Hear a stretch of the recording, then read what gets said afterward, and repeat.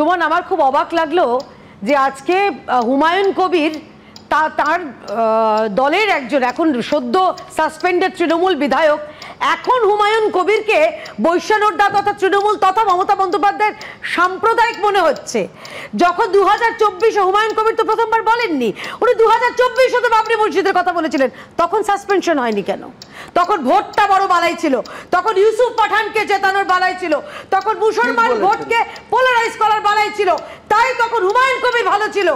আজকে হুমায়ুন কবির তার প্রয়োজন ফুরিয়েছে এবং তিনি সম্ভবত মমতা বন্দ্যোপাধ্যায় এবং তৃণমূলের আসল কথাটা উন্মোচন করে দিচ্ছেন, মুখোশ খুলে দিচ্ছেন বলে হুমায়ুন কবির খারাপ। উনি বলছেন সাম্প্রদায়িকতা বিশ্বাস করে তৃণমূল। এই কথা শুনলে এই রাজ্যের একটা ঘোড়া না গাধাতেও হাসবে। ববি হাকিম আজকে যিনি এই সাসপেনশনের কথা বললেন, এই ববি হাকিম দাওয়াতে ইসলামের কথা বলেছেন। তিনি বলেছেন এই রাজ্যের 50% মানুষ কবে উর্দু ভাষবে, উর্দু ভাষায় কথা বলবেন, তিনি স্বপ্ন দেখছেন। খুব ইন্টারেস্টিং। সেটা হচ্ছে আমি এক সেকেন্ড সেটা হচ্ছে হুমায়ুন কবিরের মুখে বিজেপির প্রশংসা আর কেয়ার মুখে হুমায়ুনের প্রশংসা। খুব ইন্টারেস্টিং। একবারও করিনি। হুমায়ুন কবির মৌলবাদী।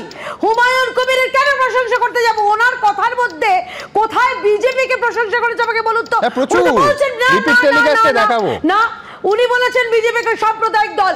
আমি বলছি হুমায়ুন কবির আপনি নিজে সাম্প্রদায়িক। আপনি বাবরি মসজিদ বলছেন বিজেপির মুখ্যমন্ত্রীকে স্বাগত জানাবেন, ওয়েলকাম করবেন। না না না না, আমি 500 বছর আগে যে বাবর তার মসজিদ মন্দিরকে ভেঙে মসজিদ তৈরি করেছিল, তিনি সেই বাবরের সংস্কৃতি পশ্চিমবঙ্গে ফিরিয়ে আনতে চাইছেন, তিনি চূড়ান্ত সাম্প্রদায়িক। কিন্তু আমি চলে আসছি আমার দলীয় বিষয়।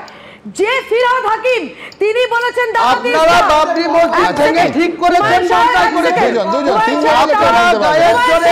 হুমায়ুন সাহেব আপনি বলেছেন একটু সময় দিতে হবে। ডিসেম্বর বাবরি মসজিদকে ভেঙেছেন, সেখানে ডিমোলাইজেশন করেছেন, ঠিক করেছেন না,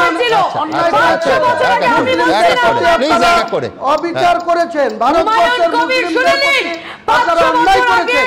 সেটা হয়েছিল